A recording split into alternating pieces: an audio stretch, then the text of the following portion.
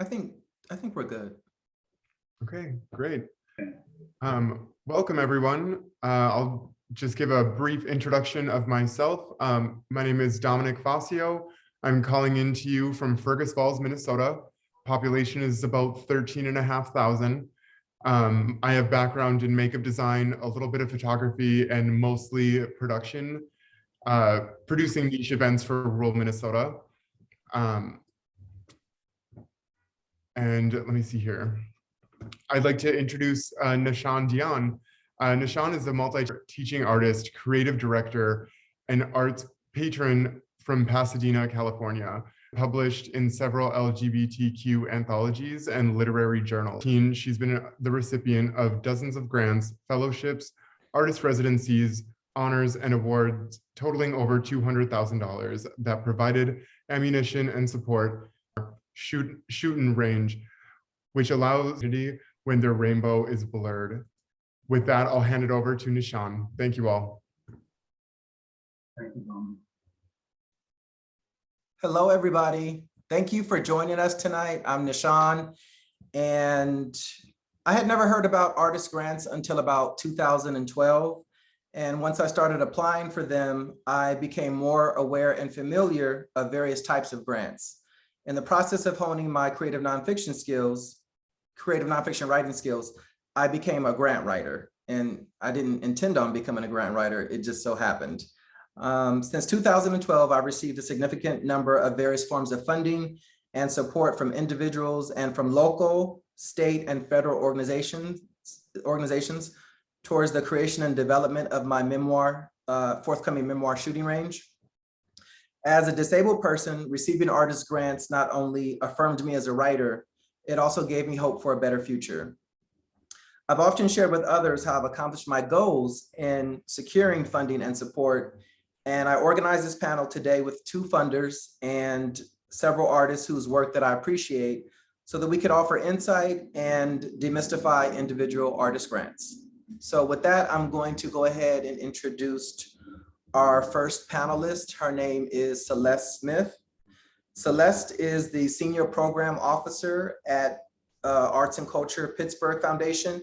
And Celeste is also the COO and co-founder of One Hood Media in Pennsylvania. Celeste. Thank you for the invitation, Nahshon. I'm happy to, build with fellow artists here, and I love the title Demystifying because it really is something that if we as artists, understood our power and our ability, we could pursue grants with a little more ease. So again, thank you, Nahshon, for hosting me and having the faith that I could actually share something with this crew. Thank you. Thank you, Celeste. And now I'm going to introduce Laura Papiti. Laura is the program director for the Center for Cultural Innovation in California. Laura? Hi, everyone. I'm going to tell you just a little bit about Center for Cultural Innovation. Yes, it's headquartered in Los Angeles, and we have a satellite office in the San Francisco Bay Area where I'm based. And while you may not be in California, we have lots of opportunities and resources that might be of interest. I should start by saying we're obsessed with individuals in the arts. That's who we serve, artists and arts workers. We recognize that resources often flow from institution to institution and never or rarely trickle down to the people who are the backbone of the sector and its efforts. So for that reason, we're all about individuals in the arts, cultural practitioners, artists, creatives, makers, you name it. We offer, as far as our core services, entrepreneurial workshops and training, research, and grants. Since our inception in 2001, we've provided lots of workshops and trainings to build the business skills and financial sustainability of artists and creative entrepreneurs. A few times a year, we offer our signature Business of Art workshop series. We also have a few upcoming workshops. Let's see, we had retirement savings for artists, build your own benefits package, protecting your work in a digital space, and tax tips for artists. And the best thing about all of these is that they're online, so you can access them or Zoom in from wherever.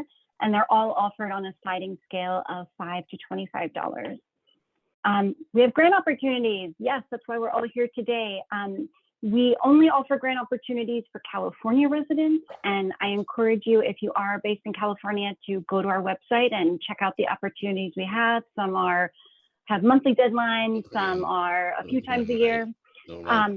But we also have a once-a-month email newsletter that shares a lot of opportunities happening nationally.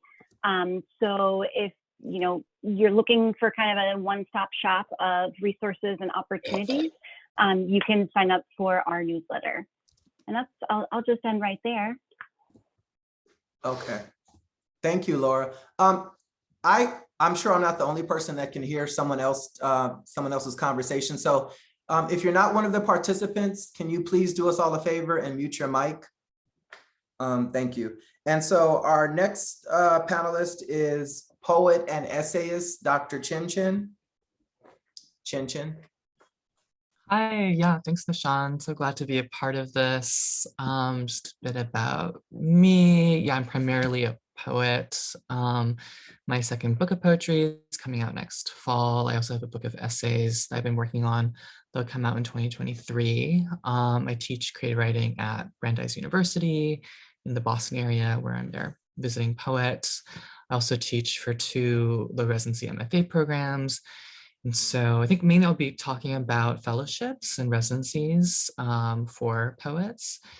And I used to think that professors, instructors, and those working in academia, I was like, why do you need to apply for these other opportunities? Like, aren't you getting the support from your institutions? And that's not always the case, or even usually the case.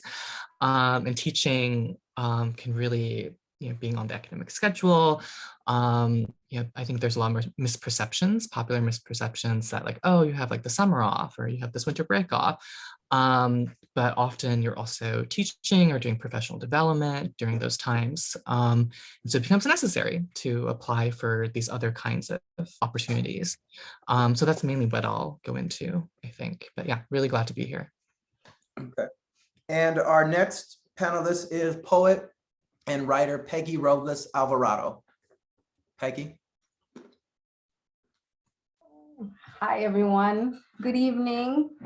Thank you, Nashan, for inviting me to be part of this panel. My name is Peggy Robles Alvarado. I am the founder and CEO of Robles Writes Productions, which is a literary organization that creates and supports opportunities for writers of color to be published, and also supports writers as they're trying to navigate the business side of writing.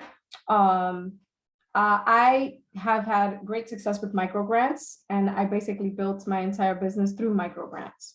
So I'll be talking about some kind of best practices, things for you to consider having when you approach grant writing, and how to reframe it, because grant writing can be kind of monstrous and overwhelming, and people are shaking their heads and like, oh Lord. But once you reframe it as part of your love work, it becomes easier. So I'm very grateful to be here, and I look forward to this conversation.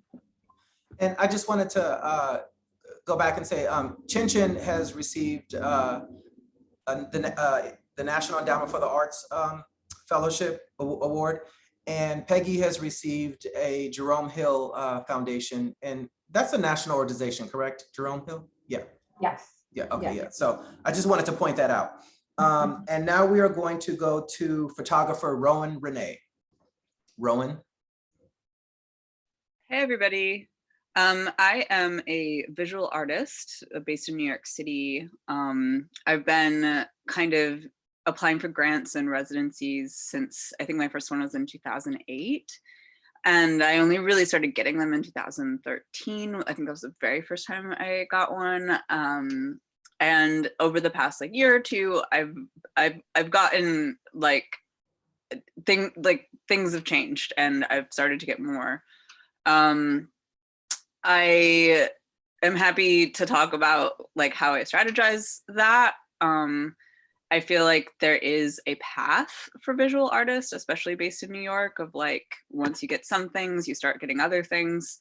Yeah, and I'm open to talking about that, whatever your questions are. Thank you, Rowan. And our next panelist and our last panelist is arts administrator and filmmaker Dante Alancastre. Dante.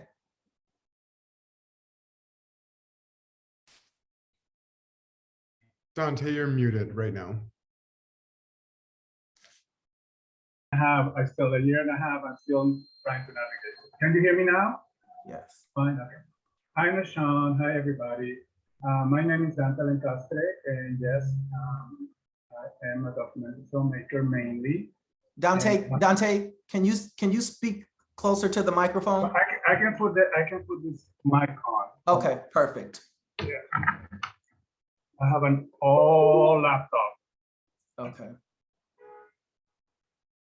Can you hear me better now? Yes, perfect. Oh, perfect. Okay. So I am a documentary filmmaker mainly, but I'm also a part-time arts administrator of the California LGBT Arts Alliance. My work in film is very intentional. I produce and create and direct films that uplift and demonstrate the excellence of the trans and non-binary and gender non-conforming community here in Los Angeles, past, present, and future. And my work at the Alliance is also intentional because we support, produce, and nurture LGBTQ+ artists and art, which I focus mainly on social justice, inclusion, and accessibility, and the preservation of our history. So I'm just gonna leave it at that. And thank you, Nahshon, for including me in this great panel. Okay, thank you, Dante. And so I am just going to give a little background. Me and Chin Chin were both Lambda Literary Fellows in 2016. And me and Chin Chin also sat on a grants panel for Lambda Literary. And I've known Dante since 2012, 2013.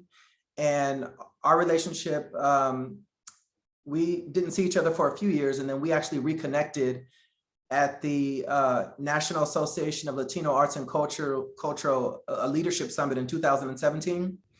And Dante actually informed me about a grant from the city of West Hollywood, and I was awarded the grant twice. So just to let you know how our relationships as artists, how they evolve over the years and how we network. And me and Peggy, I met Peggy in 2014 while living in the Bronx. We were both recipients. We were both recipients of the BRIO grant from the Bronx Council on the Arts in 2014. I think, was yours poetry or nonfiction? Poetry. Poetry, okay, poetry. And Laura Papiti, the program director for the Center for Cultural Innovation in California, she, I've known her for several years. CCI has funded me on 3 different occasions over the years. And Rowan is an artist that I've been in communication with for several years, discussing photography. And I've never met Celeste, but I'm very aware of One Hood Media, the organization that she has co-founded. And I'm Laura, Chin Chin, Rowan, and Dante. Okay, so I have everybody. Naomi Schleisman was another panelist who was going to be here. She's not with us, so she wanted me to tell everybody that she says hello. So I'm going to go ahead and start the conversation. First, I'm just going to go ahead and give a brief. I'm going to define what artist grants are for anyone who's not necessarily an artist or an arts administrator, or who is pretty much maybe an emerging artist. An artist grant is a sum of money offered to an individual organization to fund a particular purpose, such as education, research, a work of art, or living support, so the persons are free to concentrate on a body of work. So with that, the first question that I'm going to go ahead and ask the panelists, and anyone can answer, is how did you discover or learn about artist grants?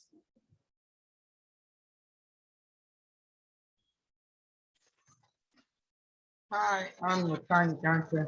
I was sent an email from Texas Artist of the Year, Vicky Meek. She gave me this information. Okay. And I'm an emerging artist, and I sometimes don't know which way to go and which way to start. Also, I'm a full-time teacher and in charge of many different things at the school, and getting ready to go to the Texas Art Convention, which is Thursday through Saturday, and ready to present, but I need to start doing more of my own artwork. Okay, Latanya, for now, the panelists that I introduced, they're gonna go ahead and they're gonna answer the questions that I have ready for them. So some of these questions that we're gonna discuss are going to more than likely probably answer some of your questions that you might have. And then we can always discuss furthermore, okay? Okay, so I'm gonna go back to that question again for the panelists. How did you discover or learn about artist grants? Can I start? Yes, please. Okay, so I moved to LA 14 years ago with the short film that I shot in Peru, where I'm from, and immediately got a lot of attention through the festivals. And I remember somebody from the city of West Hollywood, from the Gay and Lesbian Task Force, came to me and he said, if you want to show the film locally, we have a grant for that. And that was actually how my relationship with West Hollywood, which is still, you know, after 14 years, they're still like giving me grants, not only as a filmmaker, but as an arts administrator. And I have brought Nahshon and other organizations, local organizations, to their attention so they can give grants to them. I believe that West Hollywood is one of the few places where you don't have to reside in West Hollywood as an artist to get a grant from them. But you do have to be in mind where you're doing a presentation, that it will be done within their boundaries, with their borders, or if it's a virtual thing, that you are keeping the West Hollywood demographics in mind while you're doing your project. So we're lucky that I live actually in the LA part of, you know, LA County, so I can dip into both LA City and West Hollywood money. And the second is not the brown nose Laura, but the second time was like a couple of years later after I got my first grant from West Hollywood. We were starting a Latinx Institute at Creating Change, which is done. It's an annual gathering of activists and LGBTQ leaders, and I think it was in I don't know, some city, Denver or Dallas. And somebody said to me, I didn't have money to go. I didn't have money to, you know, to pay for my ticket or stay. And somebody said, you should apply to the Center for Cultural Innovation. And they had back then it was called Accelerator. I think it's changed the name. And they're the ones that gave me my second grant. So like somebody mentioned before, having one grant, even if it was like, I think the first grant from West Hollywood maybe was $500 or something like that, it beget more and more grants. So that's how I started my my continued growth as a grant receiver and also as a grant writer. I just want to add on to what you just mentioned. In 2014, I received a BRIO grant for some nonfiction, for an excerpt from my memoir. And I pretty much built on top of that as well. After I received that grant, then I started applying for other artist grants, and I think I received maybe one or two. And then as the years went by, I started receiving more. So like you just said, I just built on top of the first one that I had received. So yeah. Anyone else want to provide us with some background regarding how they discovered artist grants? Celeste, Yeah. their hand up. Yeah, I would just like to add, I found out in a similar way. I began writing grants about 13 years ago for my husband, Jasiri X, and he actually just started doing the work first. So that would be the first thing that I would offer. You got to start doing the work first and then share it. You know, nowadays it's easy to share, whether it's YouTube or social media, you know, Instagram, TikTok, whatever. You got to start sharing what you do so that you can catch the attention of funders. So Justin Lang, who is no longer working in the field as a program officer, he approached Jasiri and he asked him, he said, you know, you can get funding for that type of work. And so it's something that now as a funder, I try to implement is like, you know, you pay attention to what's going on in the field because people are doing the work, because artists gonna art, it don't matter. Artists gonna always be doing some type of artwork. And then when you catch the eye, or either reach out to the program officers, because after we received that funding, you know, we just started reaching out to people, talking about the different type of work. But it started A, by doing the work, and then B, by a program officer not sitting in the ivory towers of downtown Pittsburgh, but actually coming out into the field and offering help and assistance in us getting funding. I wanted to add on Jasiri X. I've been aware of him for maybe a decade now. Well, I guess probably going back to I think it's 2006. He did the rap song. He did a rap song based on the Jenna 6. I think that was something happened down, it was in a southern state with the police, correct, Celeste? Yeah, it was in Gina, Louisiana. And that's like when everything really began to pop off.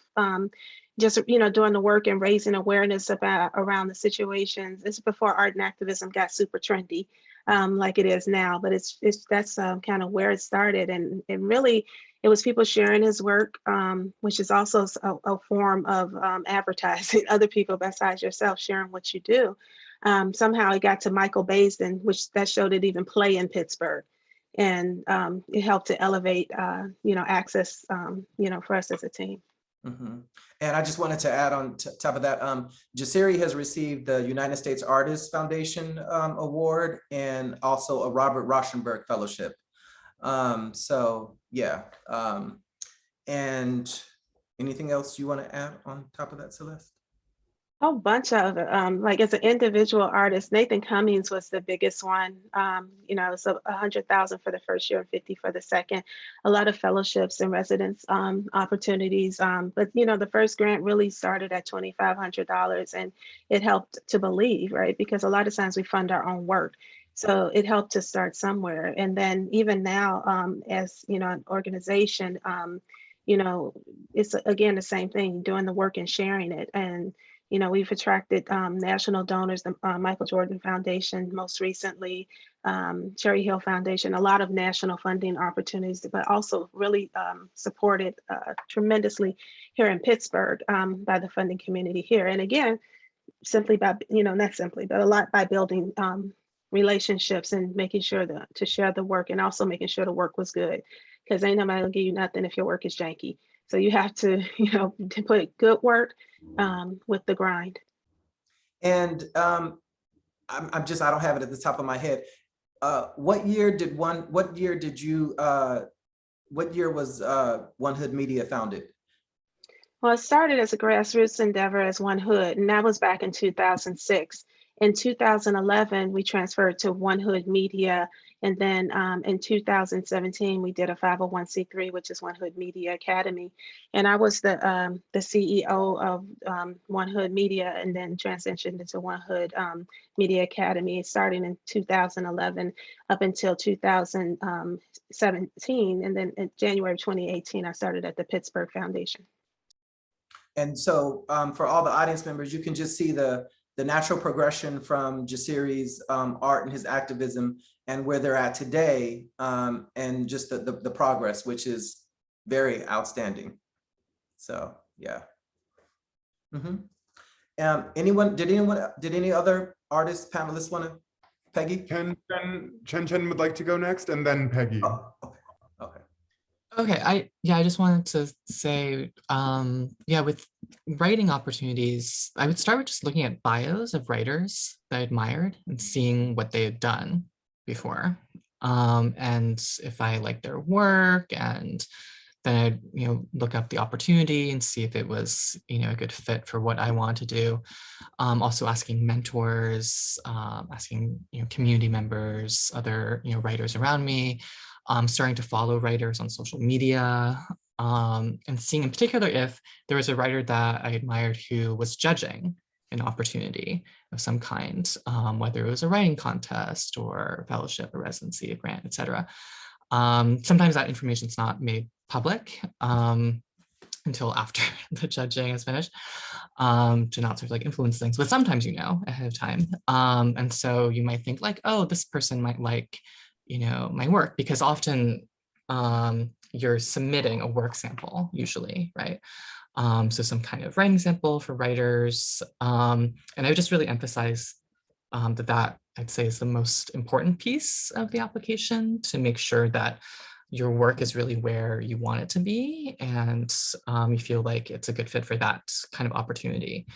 What was I going to say? Yeah, like creative writing, their email listservs, newsletters, and different writers, run, newsletters. I can just put a couple links in the chat. So I mean, like Poets and Writers, they have a whole page dedicated to like grants, award opportunities. It's huge. So many of these are like publishing opportunities, but you can narrow down the list. They have like a drop-down menu. I'll just also put Entropy magazine. They compile lists of opportunities as well, I think every 3 months. So those are some like general places to start, and then you can start like narrowing it down. But yeah, I would really look at, who are the artists or writers around you that speak to you, that you feel like maybe your work aligns with what they're doing, and yeah, see what they're up to.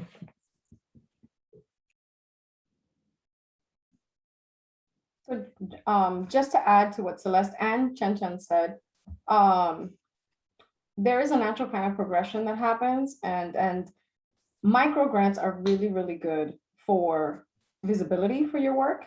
So if you have an idea and you want to try it out, those micro grants, and when I mean micro grants, it's like smaller grants. It could be anywhere from $250 to $5,000. And they do have restrictions. So they're restricted grants. You can't just spend it on whatever you want. Unrestricted grants you can get in order for you to spend on whatever you wish, whether it be your mental health, your living wages, or anything. But smaller micro grants that are restricted help you to get visibility on your work. So if you have an idea for a project or a manuscript or performance, apply for micro grants. In New York City, each borough has a Council on the Arts. So the Bronx Council on the Arts, in my home borough, was the first micro grant that really helped me to create a body of work that got me the attention, right? And it was only about, at that time, it was only like $2,000. And I stretched it to the best limit I could possibly stretch it. Nashan knows this because we are in cahoots with that. But it allowed me to be on their platform as a person that created new work. It allowed me to apply for other grants. And once you get a few of these micro grants, you kind of get into a rhythm of how to apply, what kind of wording is necessary in order to get the attention that you want. And from there, I created Robles Rights Productions in 2013. And the natural progression is that now I'm applying for it to be a 501 nonprofit. But it's all built through micro grants. And the Jerome Hill Foundation grant is a large grant. It's a $50,000 grant. But that didn't happen. And I don't think it could have happened had I not had the experience of micro grants, because I was already well versed in how to answer the questions efficiently, how to look for guidelines and character counts. Because sometimes it's not words, it's not 250 words, it's 250 characters, which really limits how you're going to present your work, what you're going to say, and how you have to consolidate your thoughts. Because if you're a writer, we tend to be wordy folks. So we want to write everything, and you only have a limited amount of space. So, and as far as what Dr. Chen said, absolutely use the work of others that are similar or in conversation with what you're trying to create.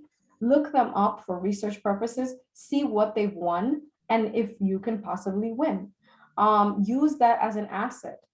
That's what I did. I looked up people that I really admired, whose work I felt was in conversation with mine, and I started applying to everything. Actually, I would like to share one slide that I have for you guys, just to give you some kind of pointers. Dominic, can you make me co-host for a quick second so I can share that? Yep, you are now the host. Thank you very much.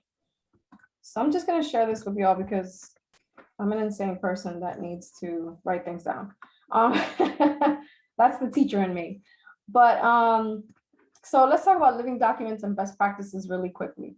In order for you to apply for microgrants or any kind of grants, you need to have these documents, what I call living documents, ready and updated. A bio, and that can be in several versions, a CV, a website, and documentation of your projects.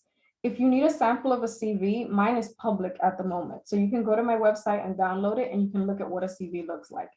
My CV has changed many, many times. It's gone from a ridiculous amount of pages to 2 pages, depending on the requirements for the grant. So some grants say we only want a CV for 2 pages.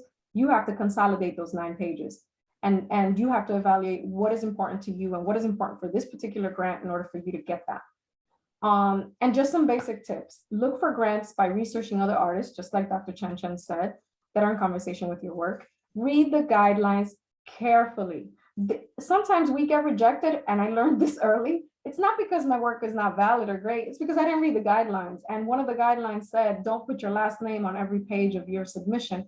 And I failed to do that because I, by habit, I put footnotes where my name is on every page, and I failed to do that. So it disqualified me from a grant, and it had nothing to do with my work. So read your guidelines carefully. Whatever they ask, they know what they want, just do it. Just make sure that you follow those guidelines. Save all your responses to questions and draft them early. I have a document where I save all my responses to every single grant I've ever done. One, because it helps me if the same question is asked over and over again for every grant, you can just kind of revise what you have and you don't have to start from scratch. And the other reason I save them is because if I don't get the grant, I can revisit my answer and look and see, what the hell did I do wrong? Like, what did I say? And usually I'll find it and I'm like, oh, this is horrible. So always save your responses and draft them early so you can give it a rest, like a respite after you do it, and then come back to it and revisit it. Know your worth, budget yourself accordingly. So in the beginning, I didn't know how to budget myself at all. And many others can probably speak to how budgeting works. It can be a nightmare and it can be overwhelming if you don't know how to do that at first. But look for resources that can help you figure out how to budget yourself and value your work. If you don't include your work, your time, your energy in your grant, you're not going to be able to, you're going to feel exhausted and you're not going to get what you want out of it. Ask for feedback if you get rejected. Many times they will tell you we provide feedback after 2 months after the grant has been awarded. So ask for feedback, find out what you did wrong and how you can get better. And remember that rejection does not mean that your work is not valid. Rejection just means that you're not the person they're looking for. And I know it can hurt. I've been rejected, especially this month. And I'm just like, every time it comes in, I'm like, damn it. But then I'm like, it's all good. Let's keep going. And the last thing I just want to say is that remember that grant writing it can get overwhelming, but if you frame it in your mind as part of your love work, as part of your craft, you can get through it. So just think of, instead of being like this burden, this horrible thing you have to do, shift your mindset to, this is part of my craft. This is part of what I need to create the artwork that I want to create. So these are just some things that I wanted to offer, and I'm gonna pass it back to Dominic so that he can be host again. And I'm going to put my website in the chat, just so if you need, like I said, a sample of that CV, because when I first started out, I had no idea what a CV looked like. And I would ask people and they would send me things and I was like, I don't think this is it. So I always offer it free because I want other people to succeed. I really want artists to succeed. And if you want to reach out to me, I'll put that in the chat as well. And we can have a conversation via email. So I'm done for now. Thank you for that detailed information, Peggy. I was going to say a number of things that Peggy touched on makes me think of the program, The Work of Art from Springboard for the Arts. It is this book, Springboard for the Arts is a Minnesota-based arts nonprofit. But this book is available as a free PDF download. I'm going to put it in the chat. You just fill out a simple form and it'll be emailed to you as a PDF, but it has everything. There's 12 units and it covers career planning, time management, portfolio kit, marketing, promotions, pricing, record keeping, legal considerations, funding, grant writing, and business plan essentials. Also engaging customers and selling your work. So it's kind of everything that art school doesn't teach you about running a business on the business side. Peggy touched on so many of these things, and I was like, I want to make sure you all know that this is an amazing resource that's free online, and it can be applied no matter what your art medium is or where you're located. Dante, Rowan, did you have anything that you wanted to add? I feel like I've gone down a rabbit hole of the chat. So I don't know what the question is anymore. But okay. The question was, what was the first grant that you received and what? No, I'm sorry. That wasn't the question. The question was, is that the question? That was the question. Peggy just super prepared and like is like I'm about to go make me a PowerPoint right quick. That was the question. Okay, I got a little confused. Okay. It was also, how did you first learn about these kind of opportunities? Yeah. Yeah. Well, okay, right. I would say just from kind of watching the artists around me and trying to figure out how they were doing it. And the very first grant I got was in 2010, and it was $500, and it was from the Barbara Deming Memorial Foundation, which still funds visual artists and writers, specifically feminist, women-identified feminist writers. And like, she's also kind of a badass lesbian activist. It was another 3 years until I got a residency after that. And then like, the question in the chat that I've been framing in this thought is, what do you do if you really need the money? Which I think Andrea asked. And thinking about, you know, early in my art career, I definitely really needed the money.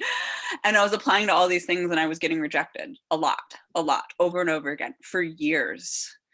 And I was like, I really need this help. Why am I not getting the grants? And I just like figured out ways to keep making my work. And I like had 3 jobs and hustled and, you know, worked really, you know, went from my part-time job to like my studio and worked from 8 p.m. to midnight. Like, and it was hard and exhausting, and not everybody has the energy for that.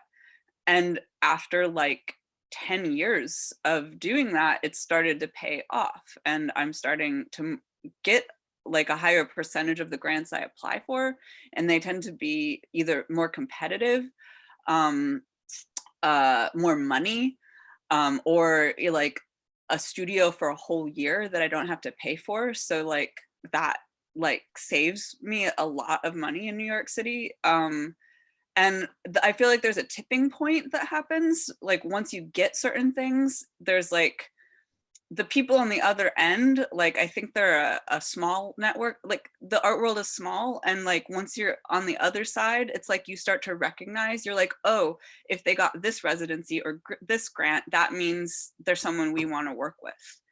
And I feel like that can be a really, depending on where you are, that can be like a difficult thing to hear, because you're like, well, I haven't gotten those things yet. How do I get to the point where I get those things? And then once you start to get those things that other people like recognize, then the doors start to open and it becomes easier and easier. And that has been my experience. And that is what I have seen in other artists as they move through their careers. And I can't really tell you what that tipping point is. I think it's specific for each person, but it takes a lot of persistence to get to that point where it gets easier. does. It takes a great deal of time. Yeah. I wanted to add earlier, Peggy was mentioning grant applications, and some grant applications will require 3,000 words, 3,500 words, like she said, 200 characters. I had recently applied for the New York City NYC Artist Corps grant, and I was really surprised. The grant was for $5,000, and they only required, I mean, they asked for your biography, your CV, and some it can be confusing sometimes, because if you are new to this, some people are like, what is the we know what a resume is, but what the CV thing was confusing for me too. They only wanted 250 word description of the proposal. For me, I've been applying for artist grants since 2013. That was the first time I came across an application for an artist grant for that amount that required so little bit of words, and I was so surprised. I know it's because of the pandemic and everything, and they wanted to disperse the funds quickly, but that was the first time I had came across a grant that was, it was one of the easiest grants that I had applied for, and it didn't require that much work at all, and I was really surprised. I was gonna say another thing too, that the bio artist, that's how I learned a lot about artist grants, reading other artists. I read a lot, I'm a writer, so I just read a lot. I read a lot. And I've always read feature, like, because I like screenwriting and filmmaking. So I've always read the director's biographies and things like that. I'm just gonna throw this out there. I think it was, I don't know her name right offhand, but she was the director or the screenwriter for Boys Don't Cry. And I remember that movie's 1999, but the writer, the way she had funded her work, I think she worked as a projectionist, but not only as a projectionist, she had received a grant, and that grant had allowed her the time to write and do some things like that. For me, I became very aware of artist grants by reading the biographies. Probably, I actually would think that's the main way that I became aware of the world of grants, by reading other artist biographies. Another thing that I want to say really quickly is I was always told to make sure that when I'm answering the questions, when I'm answering the questions on the grant application, to make sure that I incorporate the funder's question into my answer. Are you all aware of that too? Yeah, okay. And the work sample, and going back to what Chin Chin said earlier, the work sample is the most important. That's the most important thing, because that is what you're requesting the funding for. So you always do, you want to make sure that your work sample is the best presentation of what you're offering. And now, so I am going to, what is the first grant that you received and what was your project? And Dominic, you can feel free to answer as well. The question was what funding we received. What is the first grant that you received and what was your project? The first grant I wrote, and first ever grant I wrote, was in 2017, and it was from the local arts council, and I wrote it in 2 days because I forgot about the deadline that was quickly approaching, and I just worked the entire weekend on it. But it was, I think it was about $1,500 or $2,000 total for a Halloween community event that I've ran every year, 10 years before that. But I finally decided to write a grant, and I was partially funded. The amount I requested, I was partially funded, but then I stretched those dollars as much as I could to be fully funded in my own, for my own needs. But yeah, that was the first one I wrote and was awarded. Anyone else want to answer? I'll answer. So mostly when I started writing grants for my filmmaking, it was very hard to get anything from the California Humanities. They asked for, like, I remember looking at the grant and it was like pages and pages and questions. And I looked at my producer and I said, you're the writer, you're right. And we did try one, I think it was 2000 and maybe 12, we wrote a grant for California Humanities. I think it was a development research grant for $10,000, and we didn't get it. And I didn't get any feedback why we didn't get it. And I thought, well, I've only done one short film, so why should I be getting $10,000 to do? I mean, like I felt like I didn't have the credentials enough to, to get that grant. And only through working with the Alliance, which is the nonprofit, I'm the executive director now, that a development guy, he had been doing this for many, many years. He was in his 70s at the time. He gave me a sample of a grant that he had received.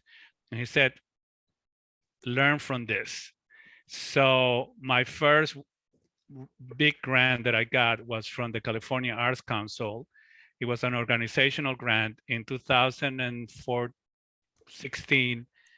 And I was overwhelmed by it because there were so many questions in the narrative section. And I was like, and I looked at the pages that Jeff had given me, and he had a way of explaining the history of organization in a way that it was accessible and not repeating the questions. He didn't do that. That wasn't his mode of, that he wrote the grant. And to my surprise, 6 months later, we got it. It was like, I don't know, $15,000 or something like that.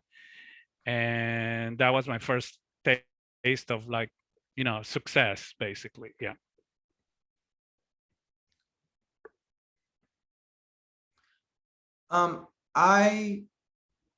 My background is in TV and film production.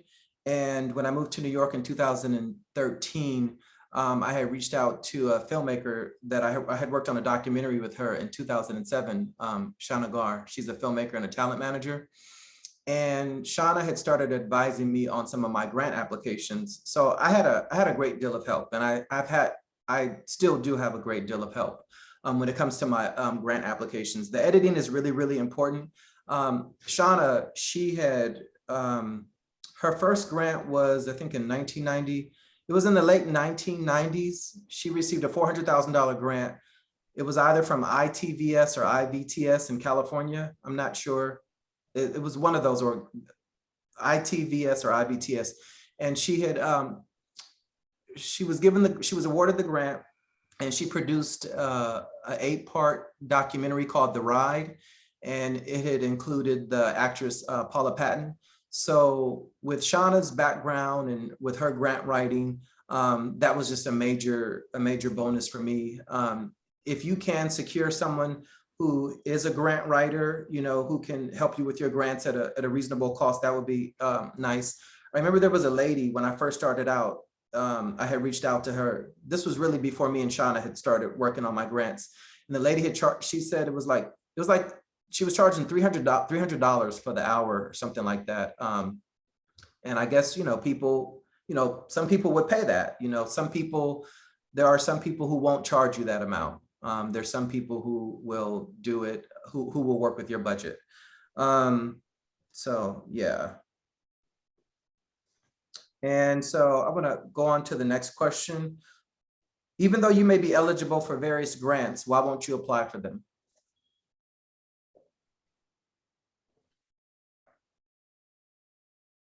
I'm just gonna jump in real quick. I apply for every damn thing.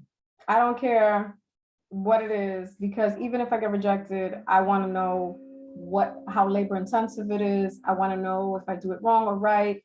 And I know that people get dissuaded when they have a long list of questions and narrative questions that you have to kind of repeat. It sounds like you're repeating the same thing over and over again, many times. I just finished one grant, and I felt like some of those questions, they made no sense. It was like, in a perfect world, in utopia, how would you? And I'm like, come on now, like, why?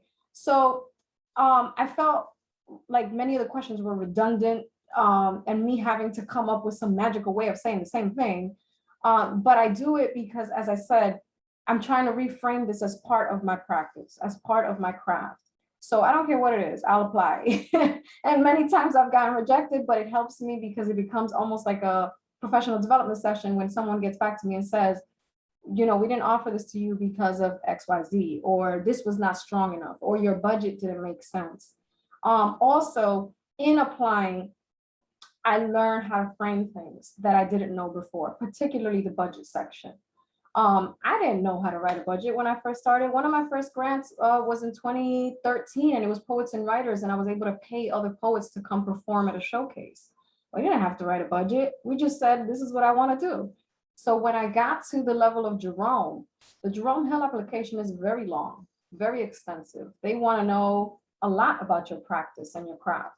I was able to articulate that more specifically because of the practice. So don't get dissuaded on like, oh my God, there's like 14,000 questions and I ain't got all day. Take your time, start early. Even if you get rejected, like I said, there's always something to learn in that practice of doing, so that by the time you get to another grant, you've already saved those answers and can revise them and rework them. But don't ever feel like, again, reframe that thinking. I think we kind of sabotage ourselves sometimes as artists and be like, you know, I ain't got this kind of time. Why don't you just give me this money? Let me move on with my life. But it's part of the process. And once you get into the rhythm of things, it won't seem as so much of a burden. And especially when you finally get that one yes, whether it be a micro grant or a major grant, you just feel like you won. Like, I did it, I got it. And you can celebrate that and the visibility of that. So practice in the process, practice by doing it. And the rejection is just another step to learning.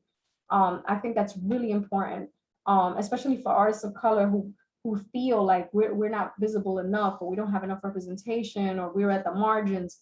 You gotta try, because that is a learning process in itself. And you learn it in the doing. Yes, you can read other grants and read other people's submissions, which is great.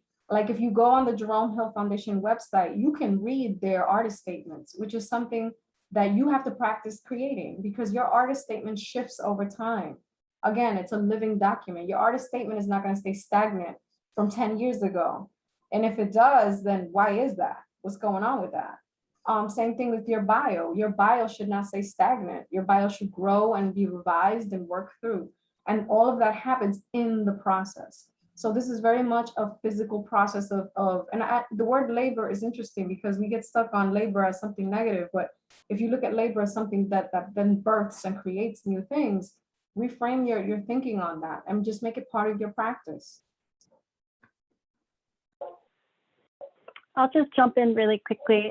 This is Laura from CCI. I agree 110% with everything that Peggy said. And I would also add, if you are finding the application to be challenging or overwhelming, if there is an email or a phone number associated with that application, contact the funder. I know it's like weird to reach out to a stranger, especially on the phone, but we're here to help. And we want to see you be successful. And if anything, you'll get just more clarification.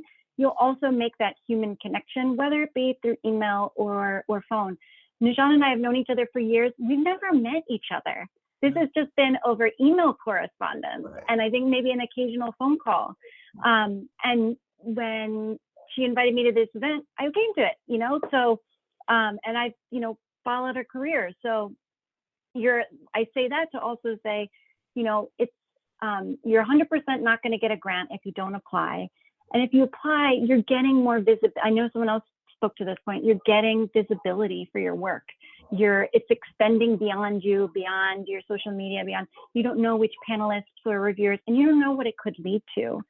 And I would just also say, funders love to put together like a frequently asked questions and a webinar and a template and If you have the time, and I really encourage you to look at all that stuff, because those are like the breadcrumbs to like, here is how you figure out this puzzle. And it shouldn't be a puzzle. It should be really straightforward. We should just give money to artists, but there has to be some process for getting the information and then making the decision. And therein lies the grant, and the application process. I have to jump off the call to go pick up my daughter. I just want to plug CCI again, and we have a few current grant opportunities. Quick Grant, which is a micro grant up to $600 for professional development opportunities, and a little goes such a long way because it's building your financial sustainability and it's building your art business. Those are the kinds of things that it supports. We also have a new grant program called Cali Catalyst. It's a little different. It's a $5,000 unrestricted award, so you can spend it on whatever you want. It's for folks who are changing the arts and culture sector itself and making it more inclusive, more diverse, more equitable. And what I mean by that is the arts and culture sector is this patriarchal, misogynistic, racist infrastructure. We need to tear it down. And so artists and arts workers who are taking these bold actions and steps to hold a mirror up to the sector and say, look, philanthropy, your funding practices suck. Or look, institutional gatekeepers, F you, like, we're gonna do this. That's what this supports. So it's very niche focused, but there are people out there that are doing this work that are on the front lines of change. And we'll be putting, we named the inaugural grantees. We're gonna put on our website soon the next round of 9 grantees. The next deadline is November 15th, and Quick Grant is a monthly deadline. Thank you all so much wisdom. Take care. Bye. Thank you, Laura. I just want, oh, go ahead, Celeste. No, I was gonna just say that I'm pretty much from Peggy's vantage too. I don't leave much money on the table. I feel like you can get a grant for anything if you just kind of read the guidelines.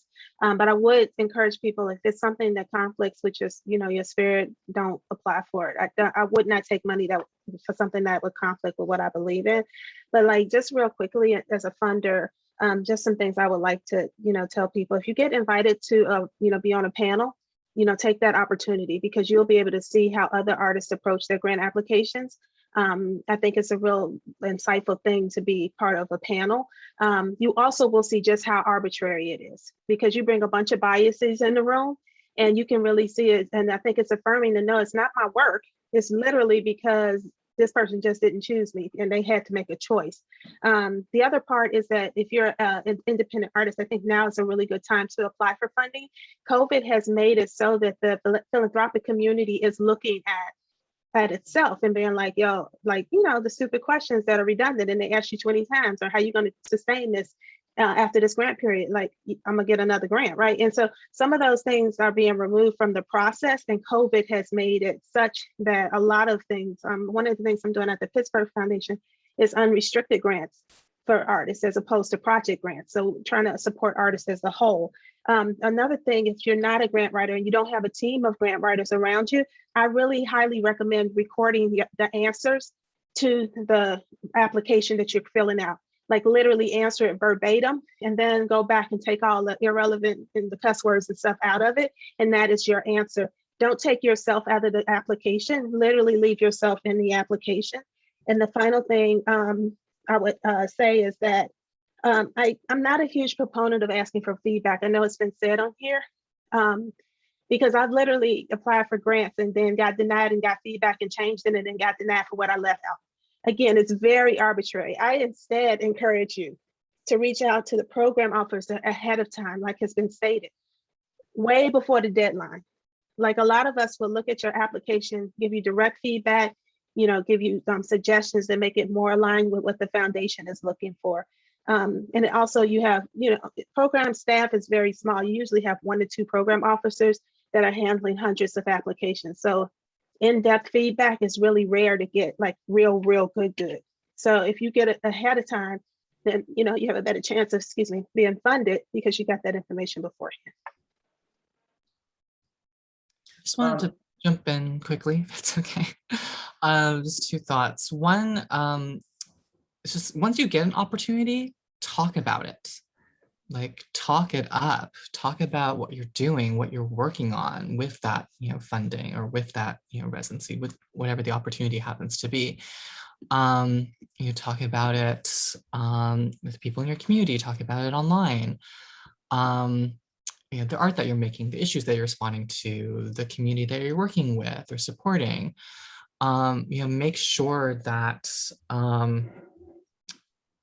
right, you can really take that further, right? Build upon, what you're receiving. So make sure that you talk about it. I just wanted to kind of hammer home this point. So like the writing sample or the work sample is the most important. I've been on a bunch of panels, judging, and sometimes that's all we receive is the writing sample. We don't like receive the whole application, right? And so, those considerations do factor in for, the funder, for the organization, but for the judges, we're really just looking at the work a lot of the time. So really, I would say that's their first priority. And then secondly, I'd say to focus on your project description, right? And again, paying attention to the length, right? Because it can vary wildly, as we've seen, from super short to like much, more in depth. But yeah, the great thing, like once you have some kind of description, you can use that many, many times, right? Or, revise it, have a shorter version of it, have a longer version of it. So it's worth to go through, some drafts of that as well. And to, update that the same as you're updating your bio, your CV, those other important pieces.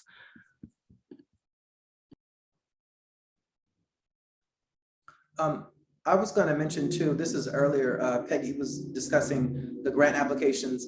I found that when well, it doesn't matter if I get rejected for a grant or if I get awarded the grant, I find that I'm still able to use the grant, the information, the document for other grants, which make those other grants even more better. And since 2020, I've probably applied for over 30 grants. Because of the pandemic, the amount of funding that became available to artists, I've never applied for so many grants. And it seems like I probably spent the last year and a half or 2 years more so applying for artist grants than I was actually doing creative writing. And I had one grantor, I was awarded one grant, and I don't know if this has happened to any of the other artists. It was the first time that it happened to me that I was awarded a grant and the funder reached out to me and asked for more information. And I was really surprised because I had never had that happen, but they wanted more budget. They wanted budget information. And I know earlier, Peggy, you had mentioned the budget. I have a background working in TV and film production. And so I'm used to seeing budgets for television shows, music videos, and TV commercials. And so I'm very familiar with budgeting. And so that's always been, that's pretty easy for me or whatever. But that was the first time I had been asked a question from a funder, and it really, I was surprised. I didn't know they did that. And me and Chin, we were both panelists for Lambda Literary for an award. It was an award going to writers, and it was 2 writers. And Chin, I don't remember if we communicated through, we had a phone call, right? At some point to discuss our. Yeah, it was emerging writers. I think it was like 1,000 for each writer. And it was multiple genres that we were looking at. So there were like poetry applications, there was nonfiction. And we picked one poet and one nonfiction writer for that. Yeah. Because of the pandemic, I recently sat on a grant panel, and because of the pandemic, we did it virtually. And it was the first time that I did a grant panel virtually. So that was interesting, the way that happened. And I forgot who was mentioning. Oh, Chin, you were saying that sometimes you get the applications and the work sample is anonymous. You're judging just the work. You don't know who the actual artist. And often they'll specify if they want you to remove identifying information. So like having your name on the work sample, or other things that would suggest who you are. So that can be tricky sometimes, especially if your work, right, is personal or autobiographical. So yeah, you kind of have to use your best judgment with those kind of things.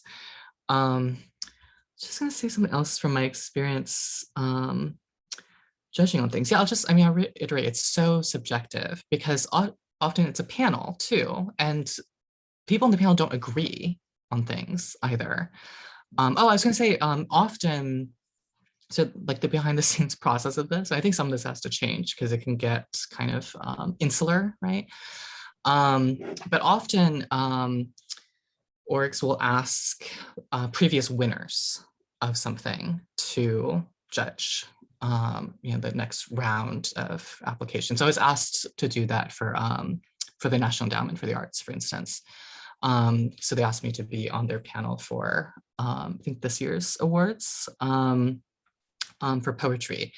And there's so many really good applications as well. And so that's why I'm also saying it's subjective, right? Like you get to a certain point where it sort of narrows down and maybe you're looking at like 80 applications, as a group.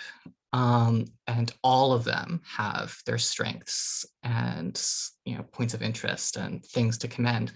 So yeah, it becomes really hard and you'll have disagreements, right? Like we had to rank, the manuscripts that we're looking at and, say a bit about each one. And then we had a conversation over Zoom, actually 2 rounds of conversation, looking at the scores, looking at the comments. So it's quite a process, but yeah, I think I would say, be persistent about it too, apply multiple times. There's so many opportunities that I've gotten that I didn't get the first time or the second time. It's the third, fourth, or maybe 5th time I had applied to something. But along the way, right, I was, revising my materials. I was putting myself out there in other ways. I was, publishing, teaching, building community. So yeah, just continue. I'm going to just briefly mention, when I received my first writing award in 2014 from the Bronx Council on the Arts, I remember the judges' names were listed. And I noticed that over the years, they stopped listing the judges' names. But when I received the grant, all of a sudden I was just like, okay, these are people who, made the choice. They're panelists. They're called panelists and jurors. So I wanted to know how that process worked. So then I ended up being a panelist for the Brooklyn Council on the Arts, Queens Council on the Arts, Bronx Council on the Arts, and eventually I ended up becoming a New York State Council on the Arts panelist. I never served on any jurors, but I was selected as one for the 3-year term. They select more people than they need in case someone is not available, because oftentimes our schedules, judging grants, reading grants, that's a lot of work in itself. And sometimes you're given an honorarium and sometimes you're not. And I think more people, and I don't know if you would agree, Chin Chin, if you would just agree, I don't know if you would agree that it's people, a lot of us consider it community service, providing service to the community. Yeah, absolutely. Mm-hmm. Yeah, and I think it's really important. I remember talking with another poet at one point who was saying, yeah, the same pickers should not be picking all the time, right? Because of, what a subjective process it is. So, if you get the chance to be on a judging panel, to be, one of those gatekeepers, essentially, like I would make sure to make certain recommendations to the funders or to the organization of like, hey, like, if you notice, like, oh, this panel was like all white except for me, or, it was all male except for one person, to bring up some of those issues so that they can be aware that that's an issue that needs to be addressed, and put some pressure on them to, do that. Because you're in that position, right, where you can bring up those issues directly to the people who are making the decisions.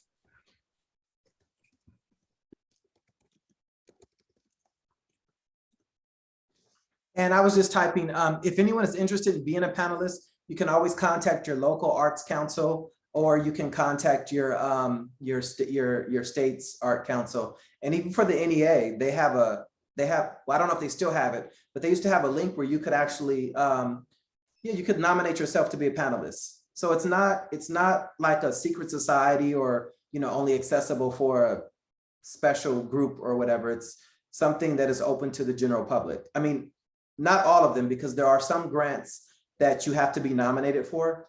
And so that's a whole nother conversation. So I just want to ask, I'm going to get back onto some of the questions that I have for the artists. Do you feel like you would have achieved your career goals without artist grants? And how have artist grants changed your career? I'm sorry, go ahead, Rowan. Okay. I wanted to add in one thing for the last question, which is just about timing. Like, I used to have felt like I was doing both of them badly, or it's like I just applied for this like 1 month residency in like Nevada or something, where I have to pack my like sculpture tools into like some vehicle and transport it really far away for only 1 month of being there that I have to pay for, and realizing that that didn't make any sense, like in terms of like where I was in my process, that was actually extremely disruptive for like what I needed at that moment. And I feel like that maybe is a reason to carefully consider what opportunities you're applying for. And then what was the question for that you just asked? It was, would you have achieved, do you feel like you would have achieved your career goals without artist grants? And how have artist grants changed your career? No, I think it's been a absolutely like critical part of my career process, and I made a conscious decision to go down this path like way back in 2008, and it's taken quite a long time to pay off. And I think I knew that my work would be difficult to commercialize, commodify, meaning my work is hard to sell in a gallery. Like, it's just not, in so many ways, it's not easy to sell. And so I needed another pathway to build a career through institutional support. And I wasn't interested in like becoming a teacher or like joining a faculty at a university or a public school right now. And residencies and grants were the other pathway that I saw people following, and that would get me in the room and get me connections to organizations and a network of like people in the arts industry, and like those people keep like turning up in other places, and like now like I know them, and like it expands the circle. And so it's been really, really important. I just want to mention this really quickly. The Alliance of Community, the Alliance of Community Artists. I'm probably saying it wrong. It's a community, it's the Alliance. They offer residencies for artists, and I think they're, Celeste, you're familiar with them? You want to mention it? It's the link, I've dropped the link in there. It's that one at artistcommunities.org, and you can search it specifically regarding where you are located in your discipline. Thank you, thank you. And I met Dominic. Naomi was a panelist. She was supposed to be here with us. I met Naomi. I went to a conference, the Alliance of Community Artists, their conference in Denver in 2017. And I met Naomi, and she was working with Hinge, Kirkbride at the Hinge, which was an artist residency in Fergus Falls. And I had applied to be for their artist residency, and she selected me. And then I think maybe I kept attending the conference, the Alliance conference. And then Naomi actually asked me to be on a panel at the Alliance to discuss my experience at Hinge. And so I have found for me that different opportunities actually ended up presenting more opportunities that I wasn't expecting, or just didn't know, I was just applying for stuff, or Naomi, my sister's name is Naomi, and me and Naomi just bonded and connected and started a friendship. So it's just the community of artists, it is very small. The grant world is very small once you become a part of it or once you start applying. And once you start reading the bios and everything, you just start to discover it's a very small community. It is. And so I will go to another question. For some artists, it's hard to put a dollar amount on their creations. How do you feel about this when applying for grants and compensating yourself or your staff? I think, Peggy, you touched on it a little bit earlier. Oh, yeah. One thing I will say about the Jerome Hill Foundation Fellowship, they provided professional development training for us on how to budget for your livelihood. And that's something that I think was so valuable because I had never seen that before. I had never seen someone teach me how to put a number to hours, to the labor that I put into creating a project. Yes, it's out of love, but it's like I never would have thought to say, I want to budget in this amount of hours for this amount of, at this rate for what I'm creating. It was just something that I didn't know. And even when I did micro grants, I never budgeted for my own time. I budgeted for everybody else. For everybody else I was going to hire, feature, collaborate with, support, but I never budgeted for myself. And that was a detriment because this is work. This is, even if it's love work, it is work and it should be valued. So they gave us a timetable, almost like a worksheet. And if you want to email me, I can share it with you.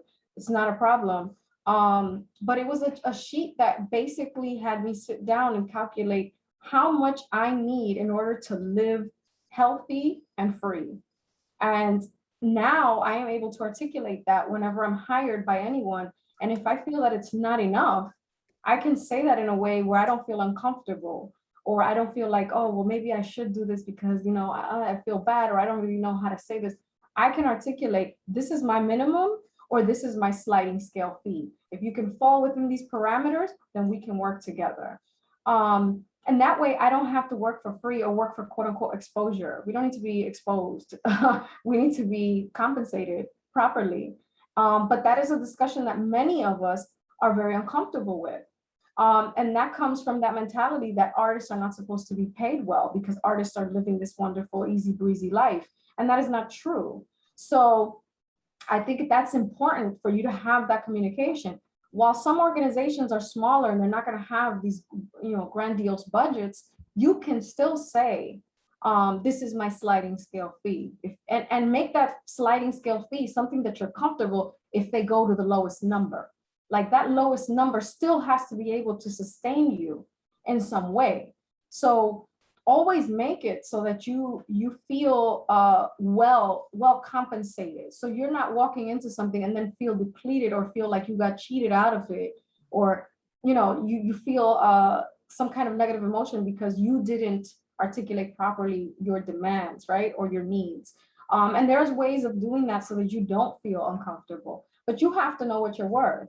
You know, you have to know, I have this much experience. I have these kind of credentials. This is what I want. And most of the time, 90% of the time, they will come with it because they will know that you are ready for it. But if you kind of falter and you're kind of like, well, I don't know, I kind of, then they will give you the lowest that they can possibly give you. And you're not going to have an experience that's valuable for either one of you. So always know your worth. Give them a sliding scale fee that you're comfortable with, that if they can go to the highest number, do that. If they can go to the lowest number, you're still okay with that. Know how to articulate when they say, well, we don't have money in our, but well, then I can recommend other people for you that will work within your budget. So know how to have these conversations of options so that you can, you know, you don't sever the tie. You can still help the organization, but also know your worth. Don't work yourself for free. Because we're working, we're part of the work population of the workforce. We're valuable and viable. So that is important for us to know. And that worksheet really helped me to solidify, wow, I can't do these workshops for this amount of money. This is not, the amount of planning that I do doesn't equate to the amount of money I'm receiving. Yes, the workshop is an hour, but it takes me about 5 to 6 hours to plan it, right? So put that into consideration when you draw up a budget, when you give somebody an invoice. You know, say to them, this is how much I need to prepare. This is what I charge for the hour, and this is what I'm comfortable with. And you can negotiate, but don't ever take something that you know in your heart is like Celeste said earlier, that doesn't align with your core values. It doesn't align with the amount of effort you put into this project or presentation or even a panel. Know that you're worth. And that's where I have to say, Nahshon, I think it's beautiful. Every time I've worked with you, you've been very transparent. You've been very good to compensate all of your people, right? And I think that speaks to the core values of who you are. So, you get to know when you start working in this field, who really aligns with your core value and who doesn't value your work at all. And they just want you to be the token person for whatever they got to do on the quick and the fly. So know where your work, where you want your work to stand, know where your ethics are, and know who you are and know your value. Don't ever be afraid to say no to people, because you don't ever want to leave a situation where you feel like you've been used and then you walk away like, damn, I should have asked for more money for this. This was a lot of time and energy that I spent on this.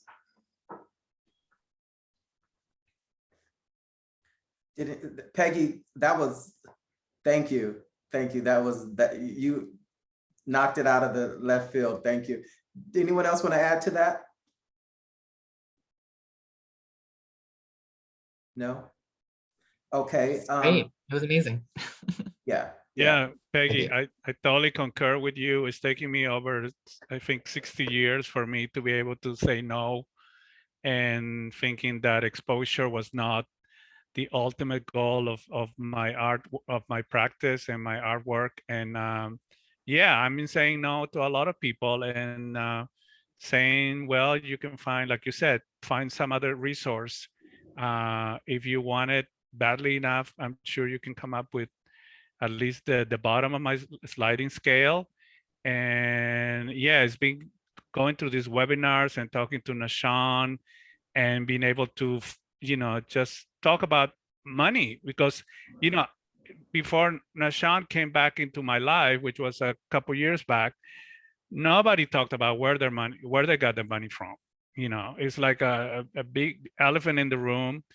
I think I talked to Nahshon one time. I think people are so afraid that the pie is too small that they don't want to know where they got the slice from, because I think you might take it away from them, And I think that's especially true of queer people of color, at least here in California, that we don't have the access. I know they've been talking about it for a long time, that they're, this DEA and the Alliance, we've been doing that from the time it was made into a nonprofit, 2014, and we still just seems to be a lot of talking and budgets, but we haven't seen the funding coming to the small emerging, people of color led organizations, arts organizations here. So we have to also think about the advocacy that we have to do in place to get these things rolling and enacted. I mean, they have to be not just on paper and, the governor signing something and the legislator signing on it. We have to make it into a practical practice where it reaches people like us that are underserved in places outside LA. I'm not even talking about LA or San Diego. I'm talking about like Indio and the Valley and San Fernando and Inland Empire, where they have no even an LGBTQ center. They don't have queer programming, and that's the void that the Alliance wants to fill, and bring the queer programming to them. They shouldn't have to come to LA to watch things, their artists, their own artists, because they have homegrown artists there that also need to be told, I believe in you, and I'm going to give you whatever resource that I have for your art to be seen, and you to be represented. Thank you. Thank you, Dante. In about 10 minutes, we're going to take some questions. We're going to start taking questions from the audience. I just wanted to say, what helped me in New York was the Lower Manhattan Arts Council or Cultural Center, LMCC. they had a series called Fundraising Fundamentals, and it lasted for, I think, several weeks. And I went and they gave out a packet of all of these. It was information about applying for grants and budgeting. It was just very, very, it was a workshop that I had never went to a workshop like that before. And there was a grant in there for Change Inc. And it was from Robert Rauschenberg before I don't know if it was before he had passed or after he had passed, the artist. He had set aside a certain amount of money to be given directly to artists through this organization. And I sent them a brief letter and requested some funds, and they had awarded me the money. So I was gonna say it was worth going to that Fundraising Fundamentals. The Candid is an organization. It was formerly called the Foundation Center. I think it was called the Foundation Center. It has a wealth of information regarding grants, and they're located in New York. They're now called Candid, C-A-N-D-I-D. And also wanted to mention real quick. Earlier, Celeste was saying that there's grants for everything. There's a tremendous amount of grants out there. The National Association of Disability, NADC is the National Association Disability Center. They're located in Los Angeles, and they are based at UCLA, and they funded me on several different occasions. And in 2020, they had given me a grant I had requested funding for me to hire an editor and for me to create a book proposal for my memoir. And when I had told my editor that I had received the grant, he was surprised. He had never heard of anything like that. And I had never heard of anyone receiving a grant to hire an editor to write a book proposal either. So sometimes you actually might request funding for something, and you might be the first person maybe with that organization, or you might be the first person to request funding for that specific project which you're requesting funding for. You never know. I had a question that I wanted to ask, and then after this, I think we should possibly take questions from the audience. Is Celeste still with us? Celeste? No, Celeste had to leave. Oh, she left. Okay, so this is a question. This is a statement and a question. People don't usually view artists as entrepreneurs or business people. What percentage of your time is spent creating your art, and what percentage of your time is spent managing your business affairs so that you can create your artwork?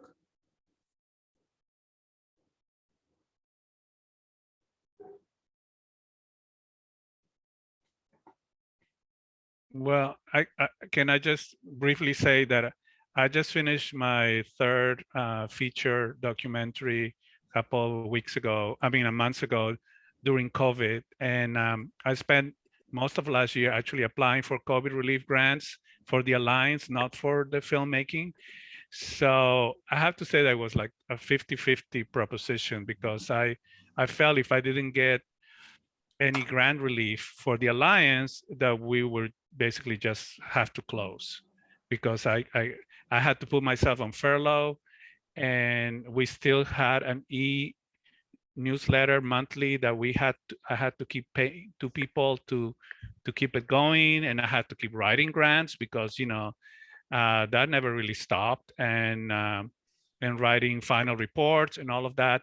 But I felt if I paid myself, that we were just gonna wind up the year with zero, with no money at all. So I put myself, on furlough. Luckily enough, I was able to touch pandemic money as an independent contractor, independent freelance artist in California, at least. I don't know if it happened in other states, but yeah, that was how I had to juggle. And the quick answer is like, it was 50-50, because, one had to be balanced out with the other one. The filmmaking, usually you make money at the end of the process when you start getting screening fees and speaking fees.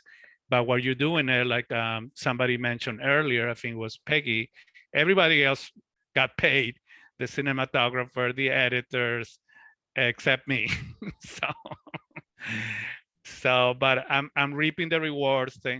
Thank you. Got great reviews. I'm being film festival all over the world, and hopefully we'll start getting money in in the coming year from screenings and universities and resource centers and stuff like that. So, but it was a juggling act, definitely. I'm going to add this real quick. I know that because with the pandemic, I think it was in January 2020. I know it's when Peggy, when you received the Jerome Award, I noticed that they had, I think they did some honorable mentions, and they had also funded those individuals, and it was because of the pandemic specifically. Yes, and the same thing happened with Bronx Council on the Arts a few years ago. When they received extra money, they extended, they increased my grant by a few $100s, which was a big deal because, you know, those $100, like Dante said, now I get to pay myself finally. But yes, sometimes when you receive grants, they'll have extensions, or they'll have sort of like honorable mentions. So like this kind of relates to your question, because for me, I'm an artist and a writer on the side, but I also have Robles Rights Productions. So I'm constantly either making creative work for myself or planning and programming and planning for Robles Rights Productions. So it's a constant battle of balancing, right? Because I'll have people invite me to a reading and I'm like, I haven't written anything in months because I'm busy working on the project over here. So I have to constantly make space for balance. But with those kinds of grants, for example, I was a fellow for Communitas America to develop my business. They offered in the beginning a $10,000 grant to whoever won, one winner. I didn't win that, but I won the micro grant, which was $2,000. And that's fine. Give me what you got. You know, I will work with that $2,000 and extend it, which I did. So it's whenever you go into these kind of grant writing, what I call sessions or ideas, you always have to just try, because you never know, your application might not get the top grant, but it might be an honorable mention, or it might be considered for something else. And even that visibility will help you to expand to other places. People see your name, or they'll be like, oh, I saw your grant application. I know you didn't make it, but you should try for this. So even in this panel, like I'm already making connections with other people in the chat, and I'm like, yes, let's build. How do we combat this deficiency model of like, oh, I have to hoard my resources because I don't want, you know, anyone else to get it. I'm not of that mind. For me, we are not in competition, we're in conversation. And the more conversation we have, the more we could build. And that's the way it should be, because we're not gonna get anything if we're just hoarding information. So yeah, so just try it, and sometimes you'll be surprised. You'll end up, you know, you didn't get the big pot, but you ended up getting one of those smaller ones, and that's equal value when it comes to like applying for more things. You still won, you just didn't win the grand prize. So always take what those blessings that you're given. I applied for the mayor grant, MAYER grant in New York. You can write in if you're having some kind of financial difficulties. And this was when I first moved to New York. And I remember specifically, I had wrote them a letter, 2-page letter, and requested $2,000. And when they sent me the letter back stating that I was awarded the grant, it was for $2,500. And I was just blown away that a 2-page letter requesting some financial assistance was, I mean, I knew it was real, but at first I was like, this is just too easy. Like, why isn't half of New York, you know, applying for this grant or whatever? So that was just one of the situations for me. And then this was another unique situation with Lambda Literary.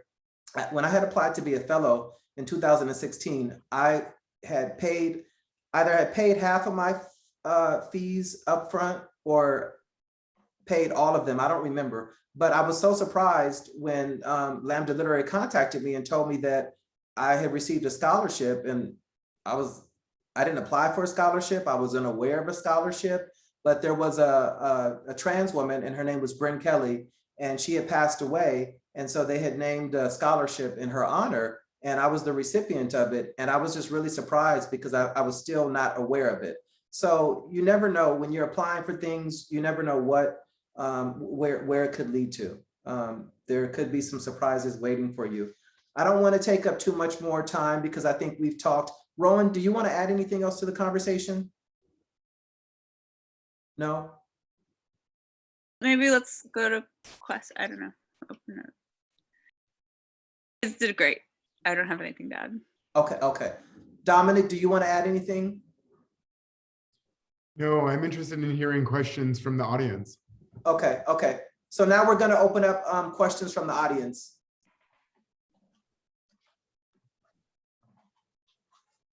You guys can all unmute themselves?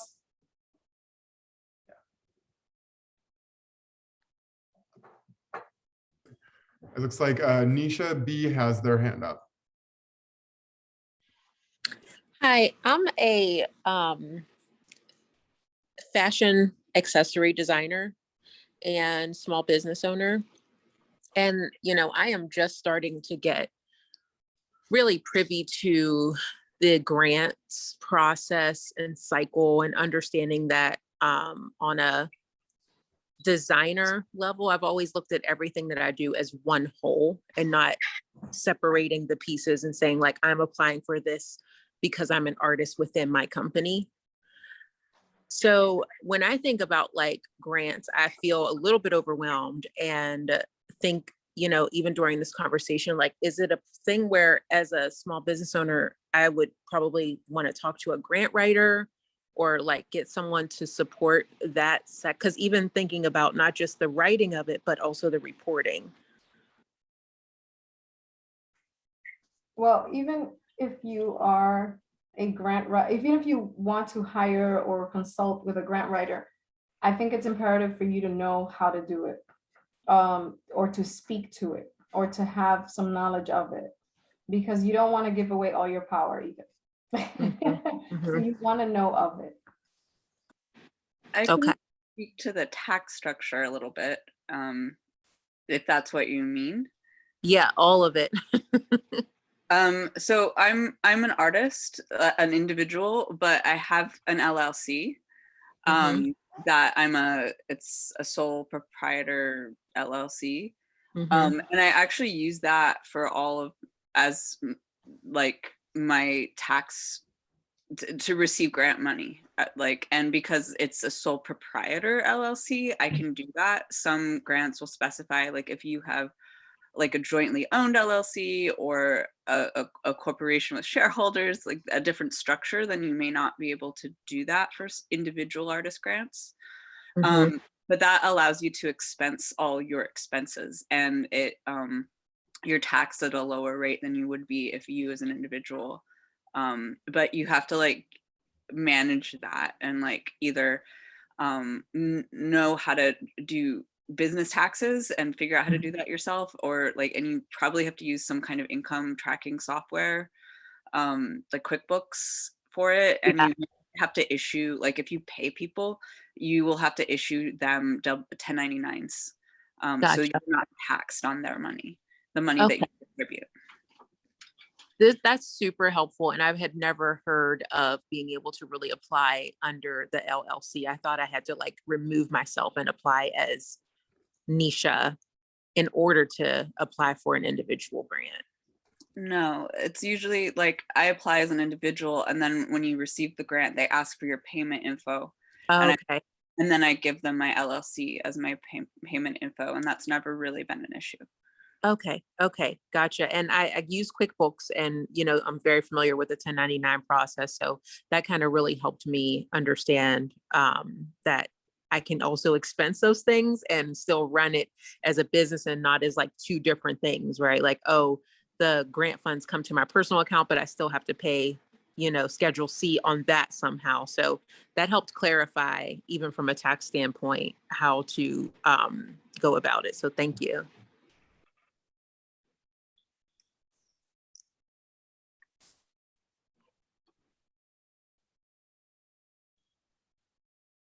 I wanted to mention, I was surprised. Well, I know the Small Business Administration, they've been giving out EIDL grants and loans, and some states have been giving out money too, and they're asking for tax forms. They're asking for all kind of documentation. And for artists, some of us are not necessarily incorporated. We may not have LLCs, or, you know, we're sole proprietors and independent contractors.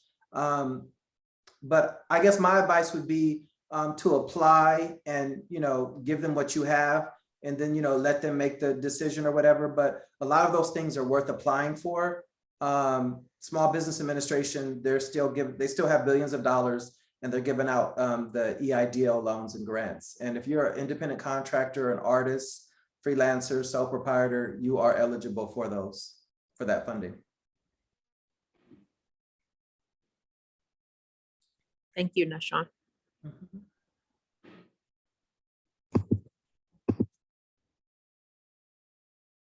Any more questions from the audience? Guthrie? Yeah, I had a question. A couple of folks were speaking earlier to, you know, putting yourself in your grant and making sure it sounds like you, essentially. And I was wondering folks' thoughts on like that balance between including yourself and your voice in the way that you're, you know, writing your grant, and like having that, you know, professional grant writing voice or what have you.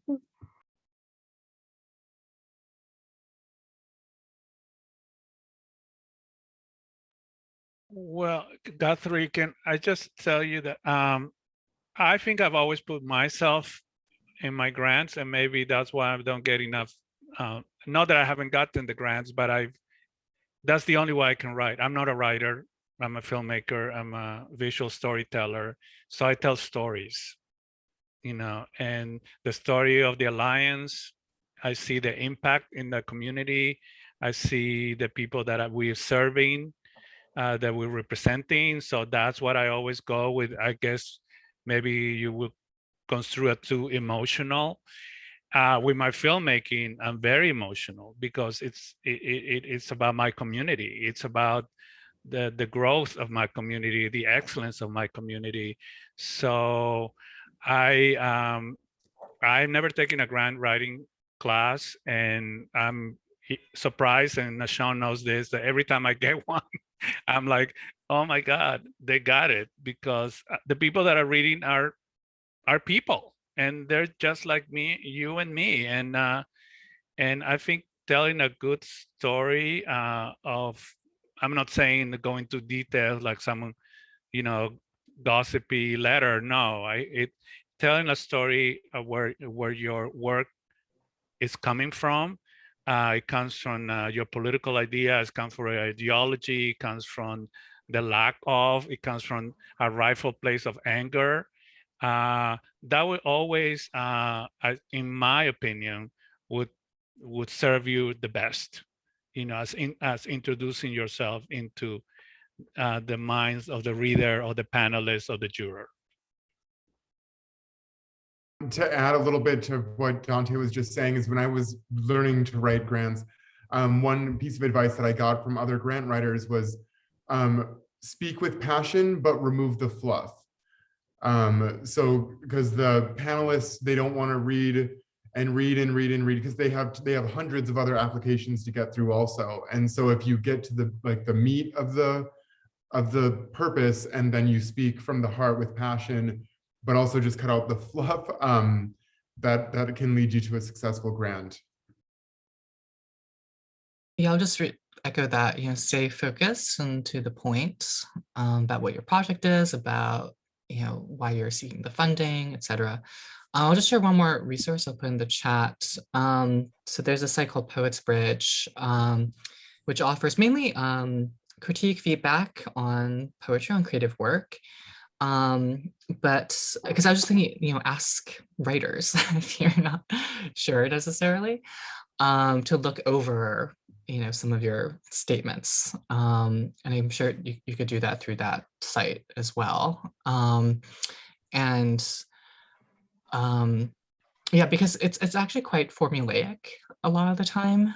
You know, these statements about your work, or statements about you know, why you're seeking that funding in particular. And so it's just sort of like following some of that template to some degree. And I would say that in general, like I would keep to the kind of more professional or like academic voice in those like statements, but like in your, you know, works. It looks like we have a question from Alexandra. Yes, Nahshon, would you mention that resource again for the disability organization that you'd reached out to with funding? Because I think that sounds exactly in line with something that I'm working on that might be a great opportunity or good resource. Yes, I know they didn't receive funding. They didn't give out the grants. Is it this year? This year. So I guess the state of California didn't give them funds. So there might be funds next year. They